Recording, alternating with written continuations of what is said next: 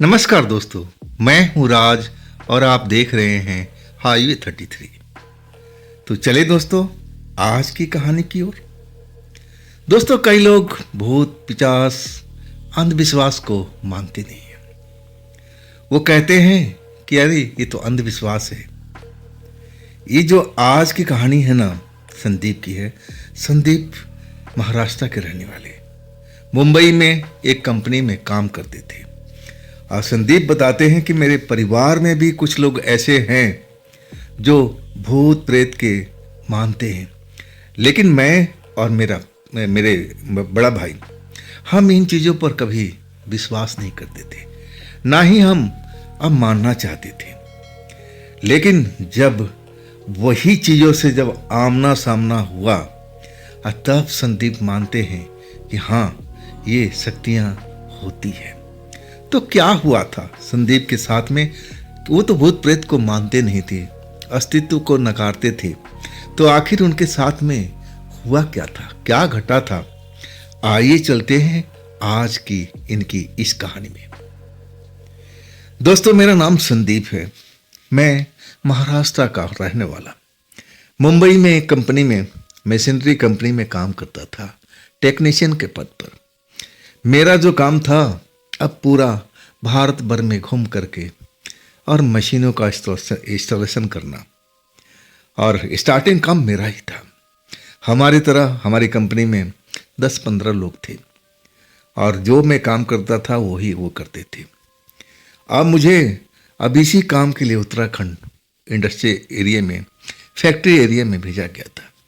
एक फैक्ट्री में हमारी कंपनी के मशीनें लगने वाली थी। अब जो बेसिक काम था ना, पहले हमारा होता था। हम मशीनों के जो फाउंडेशन होता है, अब पहले हम फाउंडेशन बनाने का काम करते हैं, बिल्कुल कि हमारी मशीनें आराम से उस फाउंडेशन पर बैठ जाए, जरा भी उधर उधर ना हो, क्योंकि उसमें बहुत सारी तारों का गुच्छा अब अंदर ही अंदर चलता रहता है। एक आध इंची भी इधर उधर हो जाए ना तो मामला गड़बड़ हो जाता है। तो सबसे पहला मेरा ही काम आता था और मैं बड़ा खुश था उत्तराखंड जा करके कि चलो थोड़ा अब पहाड़ी एरिया का अब आनंद लेंगे, घूमेंगे फिरेंगे, काम के साथ में ये सब भी होता रहेगा। और मैं जब उत्तराखंड पहुंच चुका था, इंडस्ट्री एरिया में पहुंचा, वाकई में मुझे बड़ा आनंद आ रहा था। आखिरकार मैं उस फैक्ट्री में विजिट किया, ड्राइंग तो सब लेकर गया था, मेजरमेंट करके अब नाप जोखी मार्किंग मैं करने लगा था। अब हमारे मार्किंग, अब फाउंडेशन बनने के बाद जो हमारी मेन टीम होती थी, इंजीनियर की टीम, वो मशीनों के साथ में, मशीन पहले आ जाती थी और उसके 2 दिन के बाद में हमारी इंजीनियर की टीम पहुंच जाती थी। अब मेरा जो काम था ना, वो पहले का था, वो तो मैं पहले ही बता चुका हूँ। अब मैं फैक्ट्री में सारा काम थोड़ा बहुत जो करना था अब उस दिन का, अब वो ख़त्म कर लिया तो शाम हो गई थी। मुझे लगा कि आसपास में कोई रहने का गेस्ट हाउस, धर्मशाला या कुछ ऐसी जगह मिल जाएगी, लेकिन बहुत दूर था। अब एक तरफ से जहाँ मेरी फैक्ट्री थी, वहाँ से मुझे काफ़ी दूर जाना पड़ता, और जबकि मैं चाहता था कि आसपास में ही ऐसा कोई चीज़ मिल जाए, और जहाँ पर अब मुझे महीने दिन के लिए रुकना था, वहाँ पर महीने दिन मैं अपना उस जगह पर रहूँ, किराए का कोई घर मिल जाए। मैं अपने मन में यही सब प्लान किया था। अब किराए घर मैं इसलिए लेता था कि मुझे कंपनी से जो भत्ता मिलता था वो तो होटल में रहने का, लेकिन मैं अपना भत्ता को ज़्यादातर बचा लेता था। मैं किराए के घर ले करके और आराम से रहता था, रोज का आना जाना वहीं से करता था। आखिरकार मैं फैक्ट्री वाले जो लड़के थे उनसे पूछने लगा कि कहीं आसपास में कोई किराए का कमरा। तब उन्होंने कहा कि देखिए, आप अब हाईवे पर चले जाइए, वहाँ पर अब हार्डवेयर की दुकान है, कई सारी आपको दुकानें मिल जाएंगी, और उसी के पीछे में आपकी कोई कॉलोनी भी है, वहाँ जाकर पता कर लीजिए। उन दुकानों पर जाएंगे ना तो आपको दुकान वाले ही बता देंगे कि कहाँ पर कोई घर खाली है। अब मैं चल पड़ा था, मेरे पास में आज का काम खत्म हो चुका था। मैं अपने बैग वैग संभाले हुए और सब कुछ लेकर के जो भी अपना साधन था रहने का, अब मैं चल पड़ा था। उस बताए जगह पर पहुंचा। वाकई में वहाँ पर हाईवे के पास में 10-15 दुकानें लाइन से लगी हुई थी, बड़ी बड़ी दुकानें थी, हार्डवेयर की, बिजली की। अब इंडस्ट्री एरिया के आसपास में सब मशीनरी के सामान ही बिकता था वहाँ पर। हाँ, ऐसी ही दुकानें वहाँ पर ज़्यादातर थी। हाँ, कुछ होटल भी थे। पहली दुकान जो थी हार्डवेयर की थी। अब मुझे हार्डवेयर की दुकान से बहुत सारा सामान भी लेना था, तो मैं जा करके पता भी किया कि यहाँ पर क्या क्या मिल सकता है, मेरी मतलब की चीज़ें मिल जाएगी क्या। जब मैं इंक्वायरी किया तो उसने बताया कि सारा सामान आपको मिल जाएगा, जब चाहिए आप आ जाना मेरी दुकान पर। मैं तो संतुष्ट हुआ कि चलो ज़्यादा दूर हमें भागना नहीं पड़ेगा। अब फिर मैं हार्डवेयर वाले से ही पूछा कि भैया मुझे 1 महीने के लिए कोई किराए का घर चाहिए, आपकी नज़र में कोई है क्या। दुकानदार कहा कि नहीं नहीं, मेरी नज़र में तो नहीं है। हाँ, आप पीछे के कॉलोनी में चले जाइए और वहाँ पर जाके पता कीजिए, जरूर कोई ना कोई घर आपको खाली मिल जाएगा। मैं उसके बताए हुए रास्ते से अब पीछे के कॉलोनी में गया। अब वहाँ पर मैं मकान ढूंढने लगा। जो भी सुनता कि 1 महीने के लिए घर चाहिए तो मना कर देता था। घर खाली था लेकिन 1 महीने के लिए मुझे रहना ही था। मतलब मैं कैसे फालतू बोलूं कि मुझे अब 4-5 महीना, 6 महीना, साल भर थोड़ी रहना था। 1 महीना में सच्चाई बताता था तो लोग कहते थे कि नहीं बाबा, मेरे पास में कमरा खाली नहीं है। तब एक बुजुर्ग व्यक्ति था, वो कहा कि आप वो हार्डवेयर वाला दुकान जो है उसके मालिक से क्यों नहीं पूछते हो, उसका देखो ये वाला ये उसका घर है, अब मेरे ख्याल से खाली ही पड़ा है, तो उससे जाके मिलो, वो आपकी जरूर मदद करेगा। मैं जब सुना ना तो मैं हैरान रह गया। मैं उसी हार्डवेयर की दुकान से चला था, उसने ही बताया था कि कॉलोनी में चले जाओ, जबकि उसका खुद का घर था पीछे कॉलोनी में और वो भी खाली था। तो ऐसा उसने क्यों नहीं बताया। खैर मैं अब दोबारा आ गया था हार्डवेयर की दुकान पर। अब ग्राहक थे, थोड़ा देर हमें इंतजार भी करना पड़ा। जब ग्राहक हट गए तब मैं पूछा कि साहब, मैं कॉलोनी में तो गया था लेकिन वहां पर 1 महीने के लिए कोई मकान देने के लिए राजी नहीं है। मैं तो सुना हूं कि आपका पीछे में घर है, मैं देखा भी, एक बुजुर्ग ने दिखाया, आपका घर खाली भी है, तो क्यों नहीं दे देते हैं आप मुझे। वो हार्डवेयर वाला मुझे नीचे से ऊपर तक देखा और कहने लगा कि देखो भाई, उसमें जो घर खाली तो जरूर है लेकिन आधा हिस्सा जो है ना, अब वो दोनों साइड रोड पर खुलता है। एक दूसरी साइड रोड पर, दूसरी, अब लंबा सा घर था और दोनों साइड में दरवाजा था। अब वो कह रहा था कि देखो एक साइड वाला तो हमने अपने काम में इस्तेमाल कर लिया है, हार्डवेयर का मैं स्टोर वगैरह, गोदाम वगैरह बना लिया है, और एक साइड का जो है ना वो खाली है, लेकिन मैं देना नहीं चाहता। मैं पूछने लगा कि जब खाली है तो देना क्यों नहीं चाहते, 2 पैसा आएगा ही ना, जाएगा तो नहीं। और तब वो कहने लगा कि देखो भाई, आप तो 1 महीने के लिए अब रहोगे, फिर आप चले जाओगे, और फिर मैं अब इसलिए मैं सोचता हूं कि ना दूं, इससे कोई फायदा नहीं होने वाला। मैं पूछने लगा कि 1 महीने के लिए रहूंगा, किराया तो जरूर दूंगा ना, पैसा तो आपको मिलेगा ही, किराया तो बताओ आप कितना लोगे, जो उचित मांगोगे मैं देने के लिए तैयार हूं।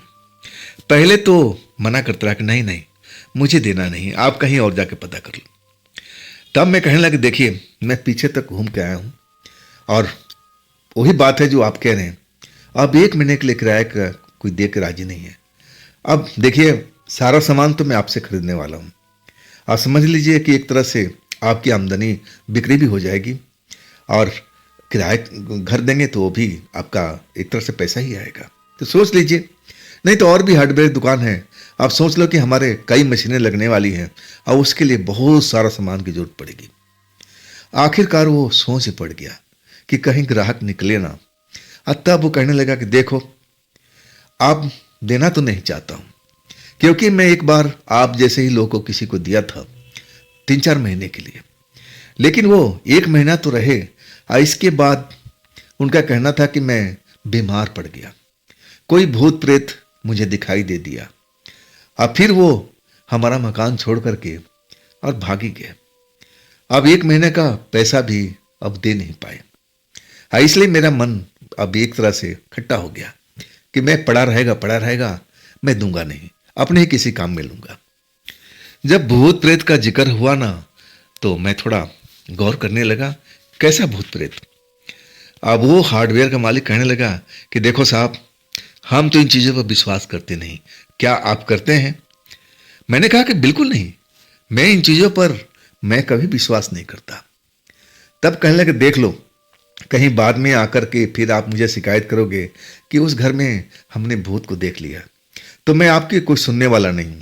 और सुनिए, महीने का एडवांस मैं पूरा लूंगा, चाहे आप 1 दिन में भाग जाओ, 2 दिन में भाग जाओ, पैसा वापस नहीं करूंगा। अब एक तरह से उसने कंडीशन डाल दिया था। अब मैं तो कुछ पल के लिए सोच ही पड़ गया, ये बोल क्या रहा है? भूत प्रेत मैंने तो आज तक कभी देखा नहीं। हाँ, हमारे घर के लोग अब एक तरह से यकीन भी करते थे, कई लोग नहीं भी करते थे। तो मुझे इस चीज़ों पे बिल्कुल यकीन ही नहीं था, विश्वास करता नहीं था। अब मैं सोचने लगा कि घर शायद ये फिर ना दे मुझे।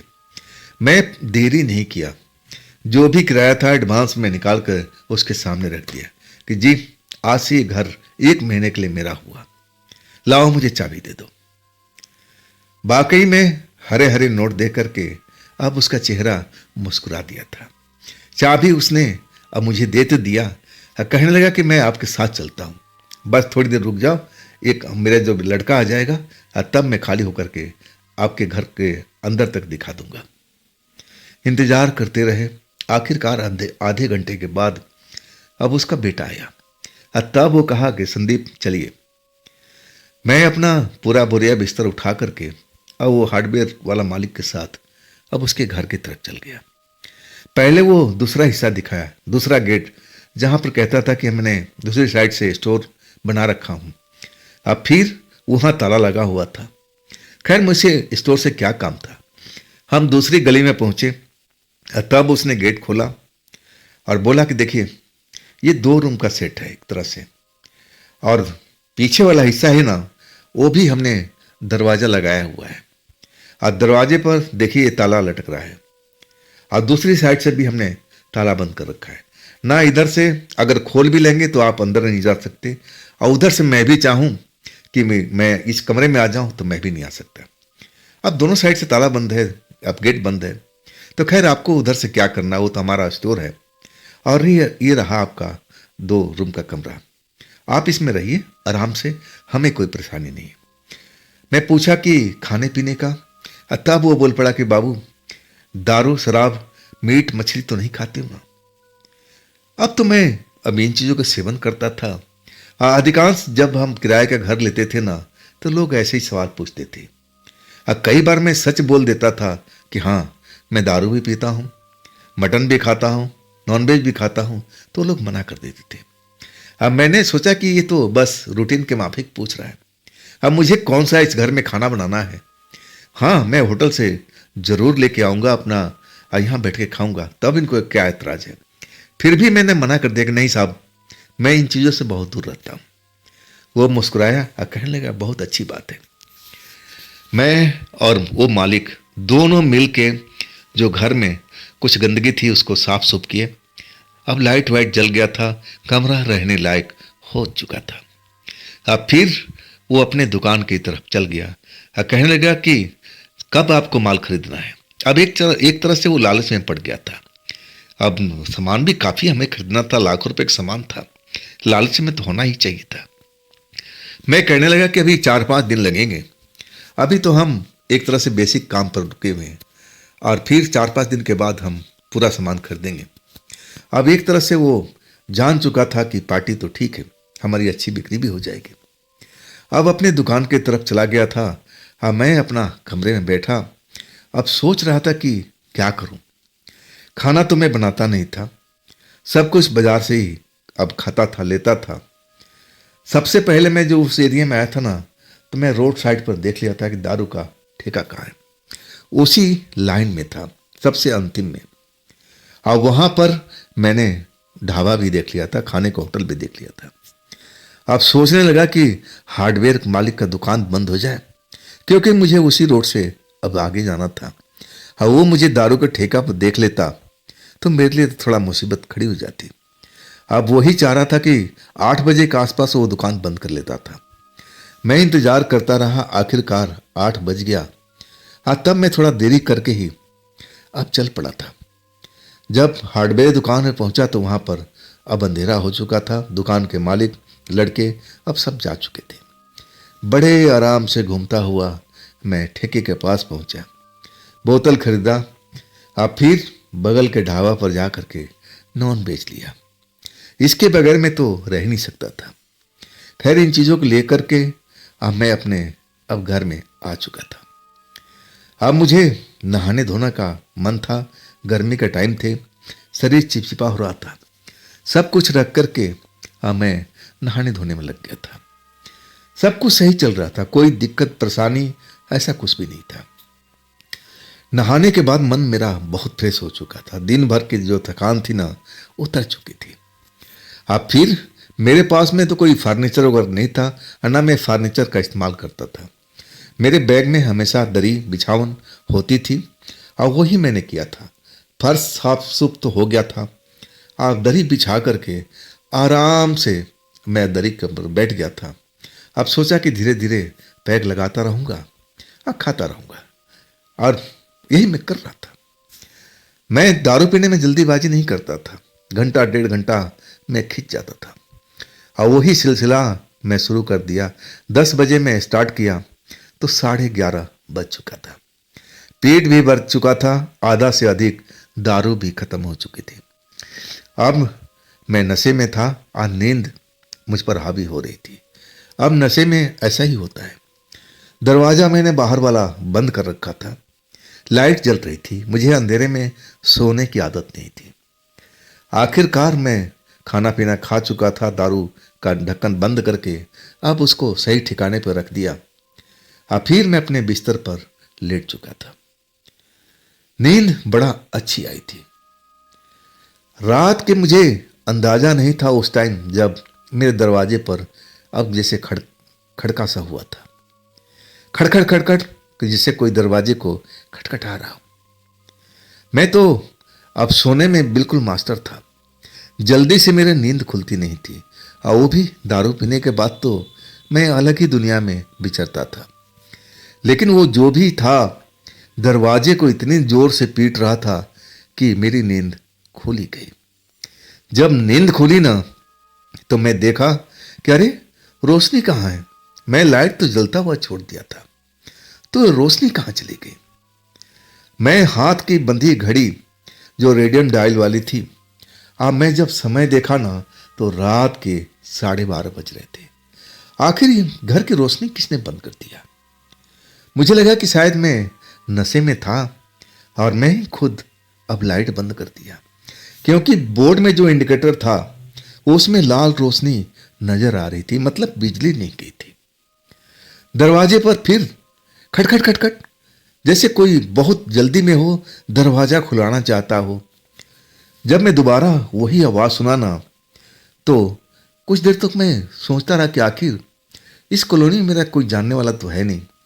अभी तो मैं आया हूं, कौन हो सकता भाई, रात को दरवाजा क्यों खटखटा रहा। मैं अब जाग गया था, अपने बिस्तर पर बैठा था, लेकिन मैं उठा नहीं था दरवाजा खोलने के लिए कि जो भी कुछ होगा अब खुद ही चला जाएगा। लेकिन जो भी था ना दरवाजे पर, वो जाने के मूड में नहीं लग रहा था। फिर दरवाजे पर खटखट खटखट, लग रहा था कि दरवाजा तेजी से पीट रहा है। तब मुझे उठना पड़ा। जब मैं अब बिजली का बोर्ड पर उंगली फिराने लगा, तो वाकई जैसे दबाना शुरू किया तो लाइट जल गई। अब मुझे थोड़ा अजीब सा लगने लगा कि मैं कभी अंधेरे में सोता नहीं था, तो ये स्विच अपने आप कैसे बंद हो गया। खैर, इतना सोचने समझने का शक्ति अभी नहीं थी। अभी तो दरवाजे पर ना जाने कौन था और दरवाजे को पीटता जा रहा था। मुझे दरवाजा खोलकर देखना था। मैं जब दरवाजे पर पहुंचा ना, तो बिना दरवाजा खोले हुए अब एक तरह से पूछा, कौन है बाहर में, किससे मिलना है। लेकिन कोई बोल नहीं रहा था। फिर खड़खड़ खड़खड़, जैसे दरवाजे पर जोर लगा रहा हूं। मैं 2-3 बार पूछा कि कौन है बाहर में, कौन है, क्या काम है, लेकिन कोई जवाब नहीं देता था। अब मैं नशे में था। अगर मैं नशे में नहीं होता ना, तो मैं कतई उस दरवाजे को खोलता नहीं जब तक मैं जान नहीं लेता कि बाहर में कौन है। लेकिन एक सरूर था जो शरीर में सांस ला देता है, अब डर को भगा देता है। अरे जो होगा देख लेंगे। और वही सुरूर जो हमारी बॉडी में अब एक तरह से समाया हुआ था, डर तो अब दूर भाग गया था। अब फिर मैं दरवाजा खोल दिया। दरवाजा खोला ना तो मैं देख करके हैरान रह गया था। दरवाजे पर एक गुलाबी रंग की साड़ी पहने हुई, जैसे लग रहा था कि नई नवेली दुल्हन अब हमारे दरवाजे पर आ खड़ी हुई।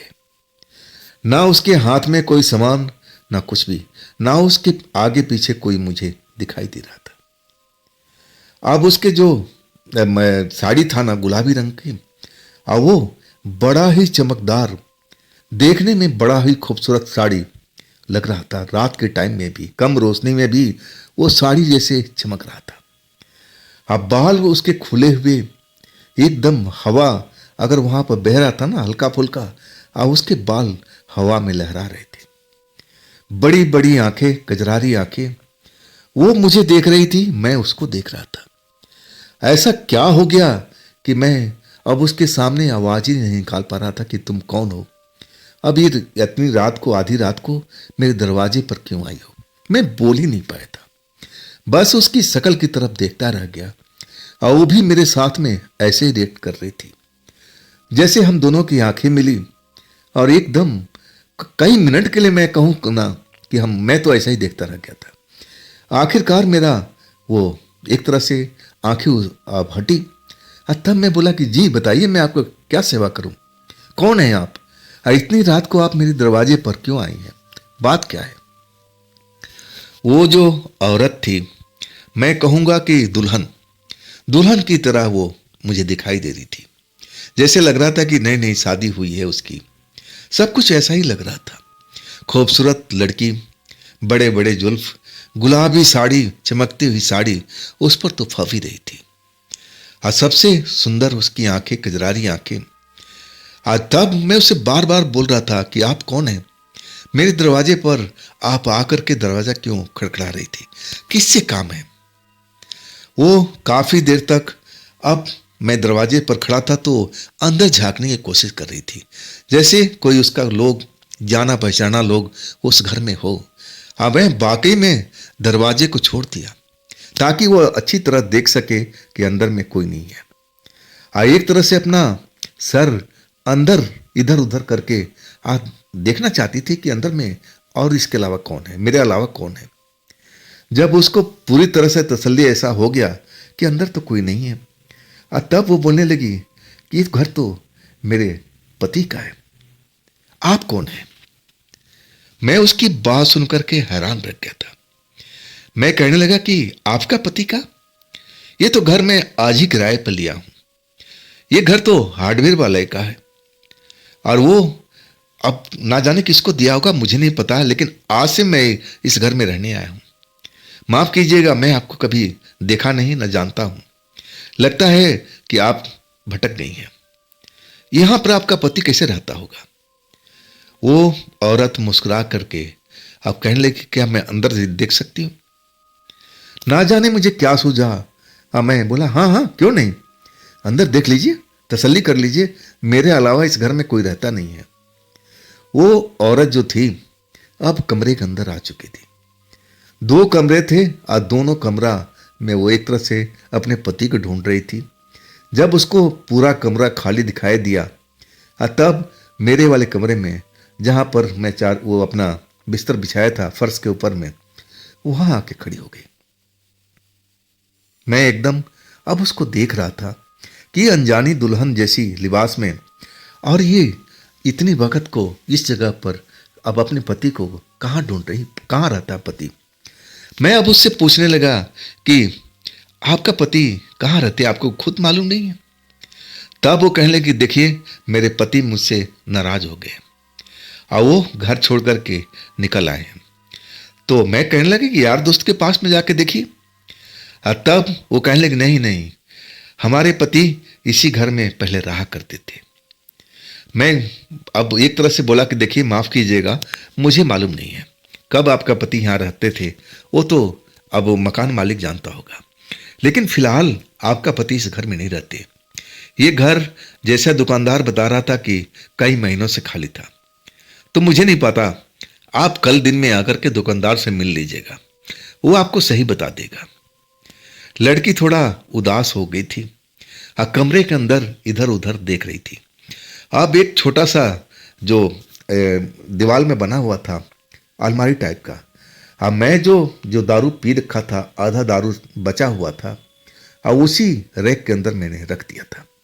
अचानक उसकी नजरें उस पर पड़ गई। दारू की बोतल देख करके उसके चेहरे पर एक तरह से मुस्कान दौड़ गया था। कहने लगी ये आपका है? मैं बोला जी मेरा है। क्या मतलब बताइए आप। अब वो कुछ बोल नहीं रही थी, बार बार दारू की तरफ ललचा के देख रही थी जैसे उसको चाहिए। जब मैंने उसकी नजरें दारू के ऊपर पड़े देखा, तब मैं अब कुछ समझ नहीं पाया था कि ये दारू की तरफ क्यों देख रही है। मैं कहने लगे देखिए रात बहुत ज़्यादा हो गई है और आप अपने घर चले जाइए। और देखिए मुझे सोना भी है, मैं एक तरह से वर्कर हूँ, अब पास की फैक्ट्री में काम करने के लिए आया हूँ और मुझे आराम की ज़रूरत भी है। अगर मैं रात भर जगूंगा ना तो मैं कल काम नहीं कर पाऊंगा, तो मुझे तो माफ़ कर दीजिए, आप अपने घर लौट जाइए। वो जो औरत थी ना, अब एक तरह से धम से मेरे बिस्तर पर बैठ चुकी थी और उसकी नज़र अभी भी मेरी दारू की बोतल पर लगी हुई थी। जब मैं उसको बैठे हुए देखा ना तो मुझे गुस्सा आ गया था। अब मैं कहने लगा देखिए ये मेरा घर है, आप अपना जाकर के देखिए कहाँ आपको रहना है, कहाँ जाना है। अब मैं तो कहूँगा कि आप अपना घर लौट जाइए। तब वो लड़की जो औरत थी कहने लगी देखिए मैं बहुत दूर से आई हूँ, अब मुझे जानकारी थी कि मेरा पति इसी घर में रहते हैं, तभी मैं इस घर पर आ गई हूँ। वो मुझसे नाराज चल रहे थे। अब मैं उसकी जब बात सुना ना तो मन में थोड़ा दया आई कि लड़की बहुत दूर से आई है, अब शायद पति पत्नी में अनबन हो गई होगी और एक तरह से नाराज होकर के पति अब इसी घर में पहले रहता होगा, कभी आई होगी, देखी होगी, तभी तो आ गई है।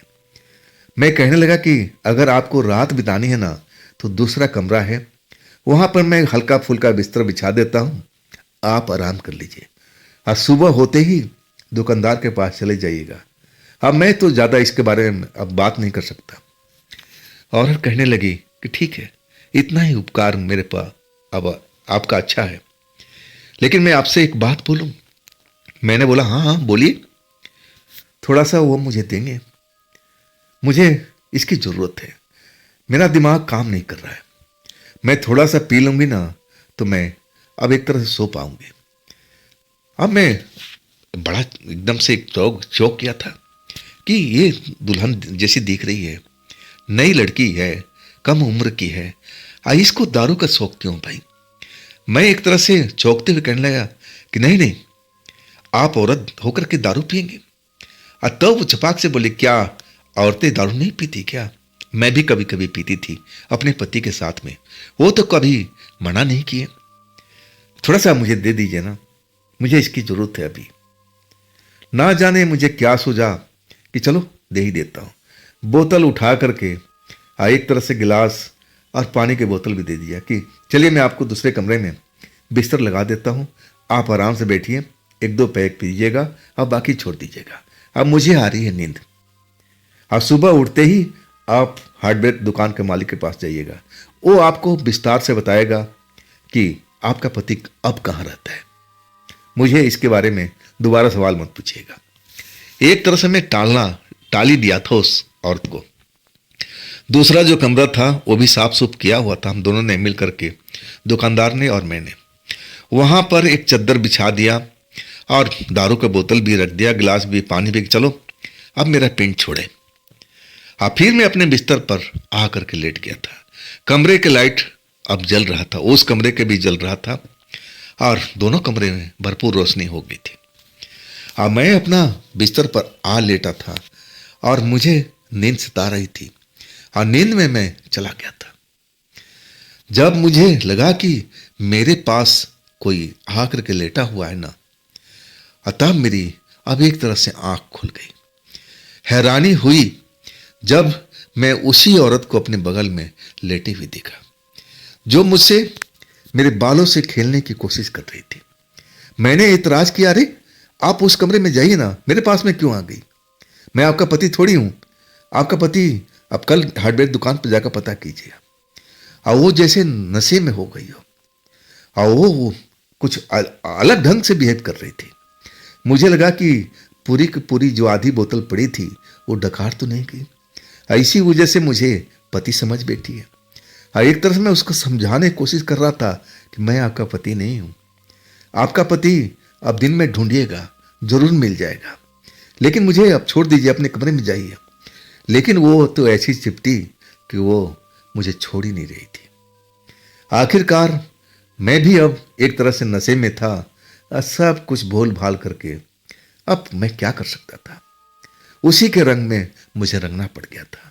और एक तरह से सब अब धोखे में, अनजाने में सब कुछ हो चुका था। मुझे एहसास है जब सुबह हो चुका था, 3 साढ़े 3 के अब अंदर ही ये टाइम था। और जब मैंने उसको बोला कि अब मुझे अब परेशान मत करो, आप अब सो जाओ, और तब वो बड़ी बड़ी आंखें गुरेड़ करके मेरी तरफ देख रही थी, जैसे वो नाराज हो गई हो।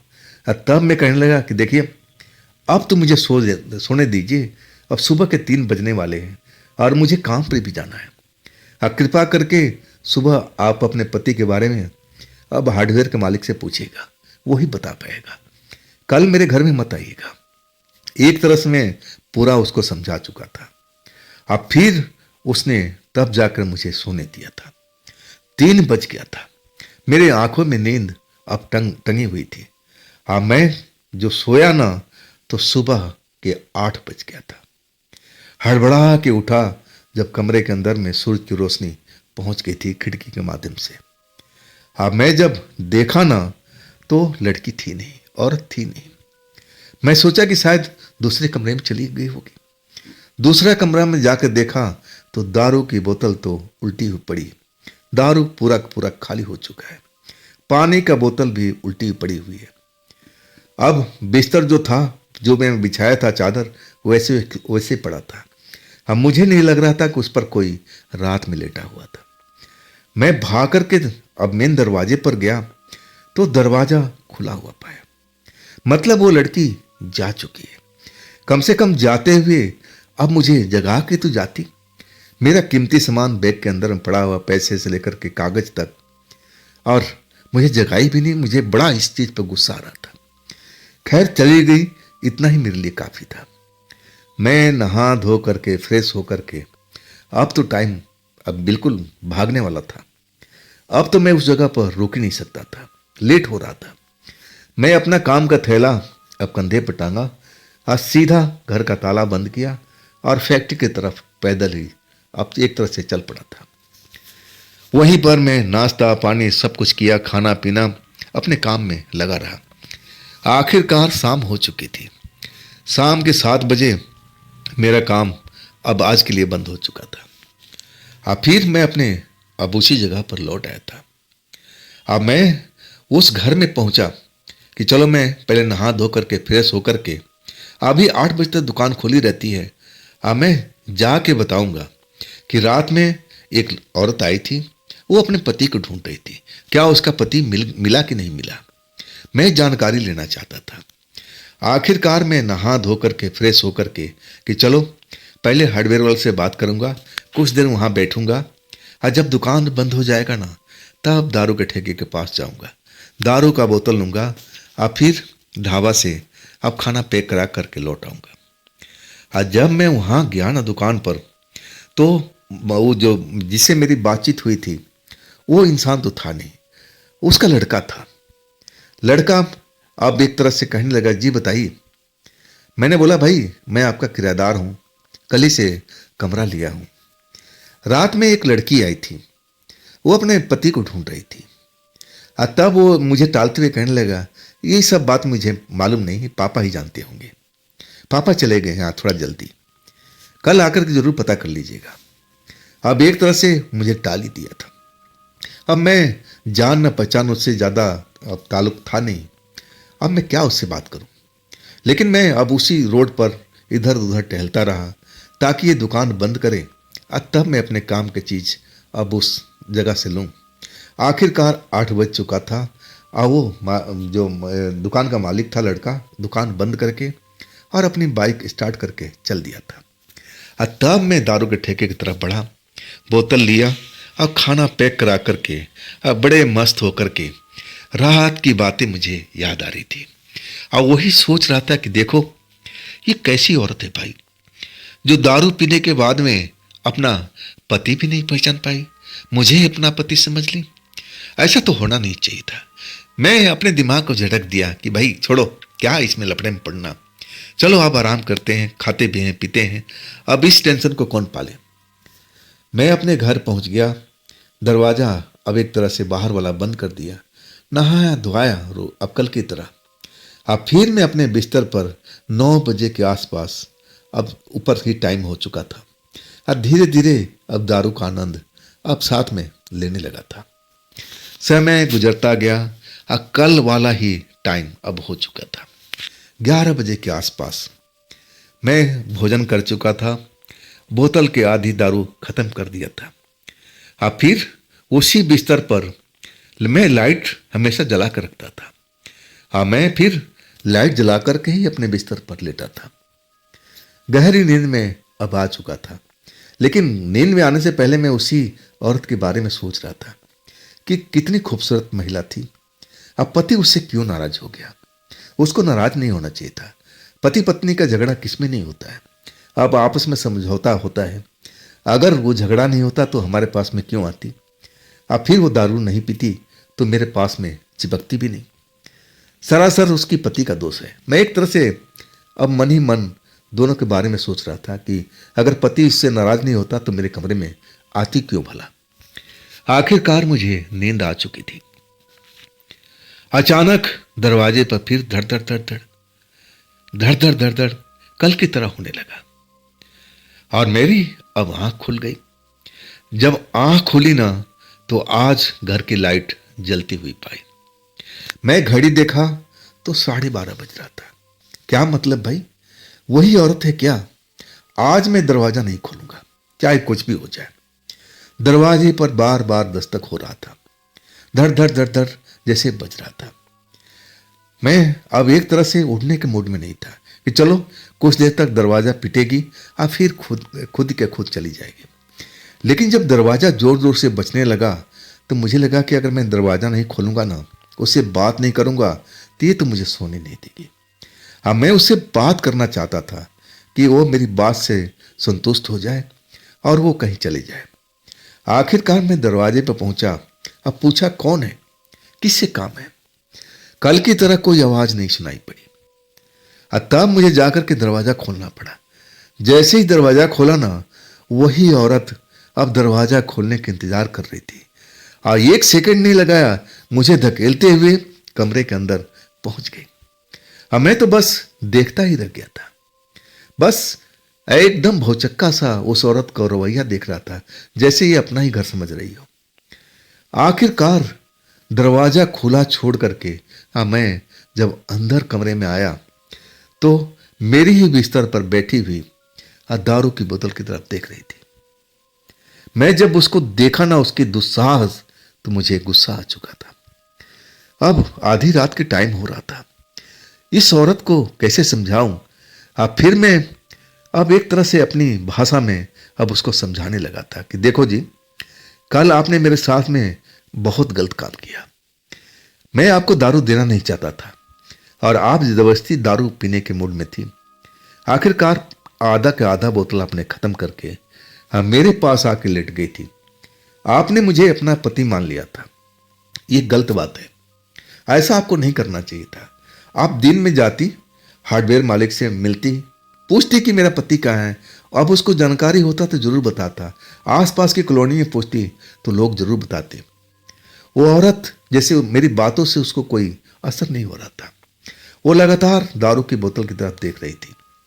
अब मुझे बड़ा गुस्सा आ रहा था। मैं कहने लगा, देखिए अब मेरे घर से आप बाहर निकल जाइए, मैं आपको समझ चुका हूं। तब वो औरत मेरी तरफ देख के कहने लगी कि देखिए, आप मुझे एक रात बस यहाँ पर गुजारने दीजिए। मैं दिन में अपने पति को ढूंढने की कोशिश किया हूँ। मैं हर जगह पर गई, लेकिन लोग कहते हैं कि इस कॉलोनी में नहीं, अगली कॉलोनी में। अब मेरे पास में अब टाइम नहीं बचाता। मैं रात बिता करके अब भी फिर मैं वो औरत मिन्नतें कर रही थी कि देखिए मुझे रात बिता देने दीजिए, मैं रात बिता लूँगी इस घर पर। अब मैं सुबह मैं अपने पति को ढूंढने निकल जाऊंगी, बस मेरी आखिरी बार मदद कर दीजिए। लेकिन अभी भी उसकी निगाहें रुक रुक करके दारू की तरफ देख लेती थी। मैं अब एक तरह से समझ नहीं पा रहा था कि आखिर मैं करूं तो क्या करूं। औरत जात है, अब मैं इसको कैसे अब रात में भटकने के लिए छोड़ दूं। तब मैं कहा कि देखो, एक शर्त है, मैं आपको दारू नहीं दूंगा और आप अपने कमरे में जा कर के आराम से, कल वाले कमरे में अभी तक बिस्तर वैसे ही लगा है, आप जा कर के आराम कीजिए और सुबह जब उठेंगी जाएंगी ना तो मुझे जगा के जाएंगे। अब एक तरह से मैं पूरी तरह से श्योर अब हो करके अपने आप को, तब मैं बोला कि दारू को एक बूंद नहीं दूंगा और आप रात बिताइए और सुबह मुझे जगा करके तब इस घर से निकलिएगा। कहीं ना कहीं आपका पति अब आसपास की कॉलोनी मिल जाएगा जैसे लोग बता रहे हैं, घबराने की जरूरत नहीं है। औरत मान गई थी। तब मैंने उसको अब उसके जो कमरा था उसमें मैं ले गया कि देखिए अब आप आराम कीजिए, अब मुझे भी सोने दीजिए। औरत चुपचाप उस चादर पर जो मैंने ज़मीन पर बिछा रखा था उस पर लेट गई थी। अब मुझे लगा कि हाँ अब सब कुछ सही है, अब ये ना दारू पिएगी और ना मुझे अपना पति समझेगी। चलो अब क्लेश कट गया, रात भर की बात है, अब सुबह तो ये चली जाएगी, शायद इसका पति भी मिल जाएगा। अब एक तरह से मैं निश्चित होकर के अपने बिस्तर पर आ लेटा था। हाँ, दरवाज़ा जरूर खुला हुआ था। अब मैं ऐसे ही खुला सोने का आदी था ताकि अब पंखा भी चलता था ना, गर्मी के दिन थे और थोड़ा सा घुटन अगर दरवाज़ा बंद कर देता था तो घुटन होने लगती थी। इसलिए मैं दरवाज़ा खोल करके अब आराम से सो रहा था। कब मैं नींद में सो गया पता ही नहीं लगा। थका हुआ था दिन भर के और ऊपर से थोड़ा पीने के बाद नींद जल्दी आ जाती थी। आखिरकार मुझे अपने सीने पर बोझ महसूस हुआ और जब बोझ महसूस हुआ ना तब मैंने अपनी आंखें खोल दी और जब मैंने देखा ना तो मैं चौंक गया था। वही गुलाबी साड़ी वाली लड़की अब मेरे सीने पर सवार थी और एकदम अब उसका जो रूप था ना वही था, कल वाला ही रूप था। वो तो मुझे अपना जैसे पति ही समझ रखा था। और जब मैंने धकेलना शुरू किया, अरे क्या कर रही हो, मैं तुम्हारा पति नहीं हूँ, तब मुझे बड़ी बड़ी आंखें करके अब एक तरह से मुझे डराने लगे। शांत बैठ जा, जो हो रहा है होने दे, तुम ज़्यादा मत ऊंची आवाज़ें बोलो। उसकी आवाज़ अब बिल्कुल बदल गई थी, चेहरा मोहरा तो बिल्कुल वही था, आवाज़ बिल्कुल भारी हो गई थी। उसकी आवाज़ जब भारी हुई ना तो मुझे संदेह होने लगा कि आवाज़ इसकी सुरीली थी और इतनी भारी आवाज़ क्यों हो गई और इतनी ताकतवर ये कैसे हो गई है, जो मैं धकेल रहा हूँ और ये मेरे सीने से हिल नहीं रही है। आखिरकार अब अपनी मनमानी उसने शुरू कर दी थी और मुझे धमका रही थी, एक तरह से मुझे डरा रही थी अपनी बड़ी बड़ी आंखों से। और आखिरकार ना मुझे ना जाने क्या हुआ कि मैं अपना होश खोता चला गया था। जब मुझे अपना होश आया, या ये कहूँ कि मुझे नींद आ चुकी थी या मैं बेहोशी में हो गया था, मुझे पता ही नहीं चला। सुबह हो चुकी थी, कमरे में रोशनी सूरज की खिड़की से छन करके आ रही थी। आज जब मैं उठा ना तो सबसे पहले निगाह मेरी दारू की बोतल के ऊपर गई। देख रहा हूं कि दारू की बोतल वहां है नहीं। मैं भाग के दूसरे कमरे में गया तो दारू की बोतल तो लुढ़की हुई थी, पानी की बोतल गिलास लुढ़की हुई थी। दरवाजे पर मेन दरवाजे पर गया तो सिटकनी खुला हुआ था। मतलब वो औरत आज भी वही काम किया था जो कल किया था। और दारू की बोतल कब मेरे कमरे से लेके चली गई मुझे एहसास तक नहीं हुआ। हाँ, मैं बहुत गुस्से में था, लेकिन मैं अब कहूँ तो किससे बात करूँ कि मेरे कमरे में वो लड़की, वो दुल्हन जैसी औरत, गुलाबी पिंक वाली साड़ी वाली, जबरदस्ती मेरे घर में घुस गई थी। अब ये मुझ पर लोग विश्वास करेंगे? नहीं नहीं, मुझे इस लफड़ा में पड़ना ही नहीं है। आखिरकार मैं अब हार्डवेयर की दुकान की तरफ चल गया था, ताकि मैं पूछ सकूं कि मेरे रहने से पहले उस घर में कोई ऐसा जोड़ा रखता था क्या, शादीशुदा वाला? तो पति उसका कहाँ रहता है? अब मैं यही सब सोच करके हार्डवेयर दुकान में पहुंचा। हार्डवेयर की दुकान पर मालिक बैठा हुआ था। सुबह सुबह का टाइम था, वो वक्त भी था। पूजा पाठ करके गद्दी संभाल चुका था। अभी कोई लड़के आए भी नहीं थे। अब तब तक मैं पहुंच गया था। मुझे देख करके मुस्कुराया और कहने लगा कि संदीप, कैसा चल रहा है काम, कैसा चल रहा है, कब माल आपको खरीदना है? मुझे 2-4 घंटा पहले बता देना कि जो भी आप लिस्ट दो, सामान तो इकट्ठा करना पड़ेगा। तब मैं कहने लगा कि हाँ बिल्कुल, मैं आपको पहले दे दूंगा, 1 दिन पहले दे दूंगा। अभी तो हमारा फाउंडेशन का काम अब एक तरह से माप जोख ही चल रहा है, अब 1 दिन जरूर टाइम लगेगा। अब फिर मैं मूड में बैठ चुका था। अब मैं सोच रहा हूँ तो कि उस औरत के बारे में पूछा जाए। आखिरकार मैंने चर्चा छेड़ी दिया कि सेठ जी, अब एक चीज़ बताइए, मेरे घर जो आपने दिया है, जिस घर में मैं रहता हूँ, उसमें कोई शादीशुदा जोड़ा भी कभी रहा करता था? वो अपने दिमाग पर जोर देता रहा। कहने लगा, ऐसा क्यों पूछ रहे हो? मैंने बोला, बस ऐसे ही पूछ रहा था। तब वो दिमाग पर जोर डालते हुए कहने लगा कि हाँ, करीब 4-5 साल हो गया है। मुझे जहाँ तक ध्यान है कि वो लोग 1 ही महीना अब इस कमरे में रहे थे और इसके बाद पति पत्नी झगड़ते रहते थे। अब फिर मेरा घर छोड़ करके चले गए थे। बात क्या है संदीप? मैं जब पूरी कहानी सुन लिया ना कि झगड़ते रहते थे, तो मैं बोला कि देखिए, मैं आपको कल ही मिलना चाहता था, लेकिन मैं लेट हो चुका था। अब फिर मैंने रात वाली बात बताने लगा। अब वो मेरी बात सुन करके अब उसने बड़ी बड़ी अपनी आंखें कर लिया। कहने लगा, क्या वो गुलाबी साड़ी में थी, चमकती हुई गुलाबी साड़ी में? मैंने बोला, हाँ जी बिल्कुल, आपने सही पहुंचाना।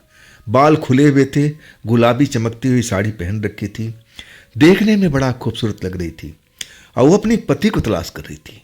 कह रही थी कि उसके पति से अनबन हो गया है, अब पति अब उसको घर पे छोड़ करके अब इस घर में आ गया है, यहाँ वो रहा करता था।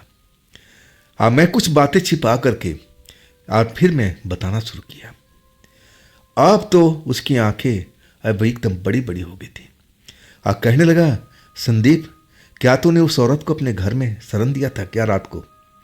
मैं कहने लगा, जी मैं क्या करता, आधी रात के वक्त था और मैं उस पर एक तरह से दया दृष्टि दिखाई थी कि चलो औरत जाते, रुक जाएगी। मैं दूसरे कमरे में बिस्तर बिछा दिया था। अब वो मुझे संदेह की नज़र से देखने लगा। अब फिर कहने लगा कि संदीप, इसके आगे भी कुछ हुआ था। मेरा शरीर में रोमांच होने लगा था कि अब ये ऐसा क्यों पूछ रहा है, मतलब है क्या पूछने का। वो मुझसे रुक रुक करके कई सवाल ऐसे पूछ रहा था जैसे उसको सब कुछ मालूम था कि इसके बाद में क्या हुआ होगा। ये कैसे जानता है? कहने लगा, संदीप, तुम तो कहते थे कि तुम नशा पानी नहीं करते थे, क्या तुम नशा पानी अब उस कमरे में करते हो? अब मैं क्या बोलूं?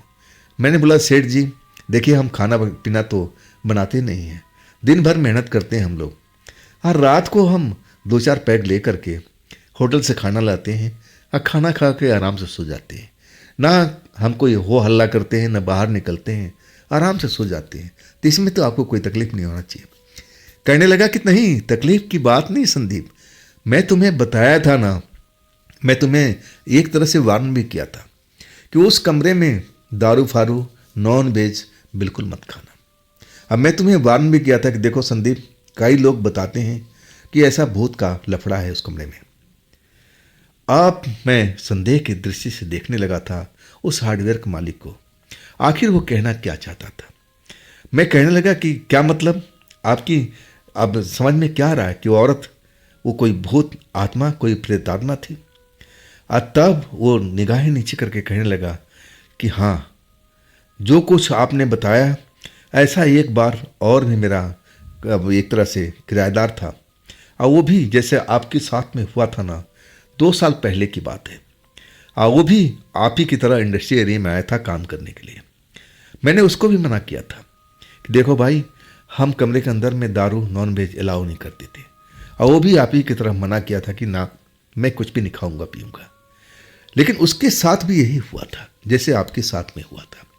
वो भी बता रहा था कि गुलाबी रंग की चटकती चमकती हुई साड़ी और खुले बाल, जैसा आप अब उसका चेहरा मोहरा बता रहे हो, वैसी थी। अब जैसे ही सब कुछ धीरे धीरे समझ में आ रहा था, मैं तो कांप गया था। क्या मैं 2 रात एक आत्मा लड़की के साथ गुजारा था उस घर में? वो हाड़ मांस की लड़की नहीं थी बनी हुई, वो तो एक प्रेतात्मा थी। और मैं तो डर के मारे ऐसे कांप गया था। मैं इन शक्तियों पर, इन चीज़ों पर मैं कभी यकीन नहीं करता था। आखिरकार मुझे लगने लगा कि ना बाबा ना, मैं इस घर में रह नहीं पाऊंगा। और आखिरकार मैं उस मकान मालिक को बोला कि सेठ जी, आपसे एक बात बोलूं। वो कहने लगा कि हाँ हाँ बोलो। मैं जब बोलने लगा कि सेठ जी सब जानते थे तो मुझे कुछ बता ही देते कि इस घर में पहले भी ऐसा हुआ है, तो आपने तो नहीं बताया ना। और तब सेठ कहने लगा कि देखो भाई, मुझे उस किराएदार पर शक था। मुझे लगा कि वो पैसा ना देना चाहता था, और वो झूठी मूठी कहानी बता करके अब मुझे डरा के चला गया। लेकिन तुम जब बता रहे हो ना संदीप, तब मुझके उसका कहा हुआ एक बात अब मुझे याद आने लगा है। आज संदीप, अब मैं क्या बताऊं? अब तुम तो परदेसी हो, अब मैं सोचता हूं कि अब तुमसे कोई झूठ ना छिपाऊं। अब फिर वो कहने लगा कि देखो, वो मियाँ भी हमारे घर में रहते थे और उसका पति फैक्ट्री में काम करता था। 1 ही महीना रहे थे, लेकिन रात में उनकी लड़ाई हर रोज होती थी। उसका जो पति था दारू पी के आता था और एक तरह से बाहर निकल के हो हल्ला करता था। और तब मुझे अब पड़ोसी ने कंप्लेंट दिया था, और तब मैं जाकर के उसको बोला कि भाई हमारा घर खाली कर दो।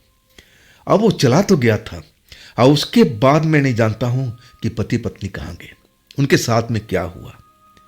लेकिन वो भी अब जैसे बता रहे हूँ, लड़की वैसी ही थी, वैसी शक्ल की और वैसे ही कपड़े पहनती थी, चमकती हुई। वाकई में मैं बहुत भयभीत हो चुका था। अब मुझे तो अब 100% विश्वास था कि जो लड़की अब वो रात मेरे साथ 2 रात बिताई है, दारू पिया है, वो वही प्रेत आत्मा थी। और तब मैंने कहा कि साहब जी, अब मैं भी आपके घर में नहीं रहूँगा। अब वाकई मेरी अब हिम्मत जवाब दे गई थी। अब मैं कहने लगा कि देखिए साहब, यहाँ से अब कोई लॉज होटल कहाँ मिल जाएगा। अब वो सेठ ने मेरी मदद किया और कहने लगा संदीप, अब यहाँ से आप कोई साधन लेकर के 10 किलोमीटर दूरी पर एक कस्बा है, और आप वहाँ चले जाना, आपको वहाँ लॉज मिल जाएगा। और तब मैं अब सेठ से विदा ले लिया कि सेठ जी बहुत बहुत धन्यवाद। आज सेठ कहा कि संदीप रुको, ये पैसा अपना ले जाओ, मैं आपका पैसा अब रखना नहीं चाहता। अब मैं इस घर को तंत्र मंत्र से सही कराऊंगा। आपने मुझे कंफर्म कर दिया, और नहीं तो मुझे बिल्कुल पता ही नहीं होता कि हमारे घर में प्रेत आत्मा ही रहती है। और तब मैं सेठ की तरफ देखा। सेठ मुस्कुराता हुआ कहने लगा कि मेरी गलती थी, मुझे बता देना चाहिए था। मैंने पैसा अपना हाथ में लिया। अब मैं सारा सामान जो भी था घर से निकाल करके सेठ के बताए हुए जगह पर पहुंच गया था। इसके बाद मैं उस घर की तरफ कभी भी मुड़ कर नहीं देखा। मैं महीना दिन तक रहा था। अब मैं अपना काम खत्म करके तब उस शहर से मैं निकला था। इसके बाद मुझे जाने का उस जगह पर मौका नहीं मिला।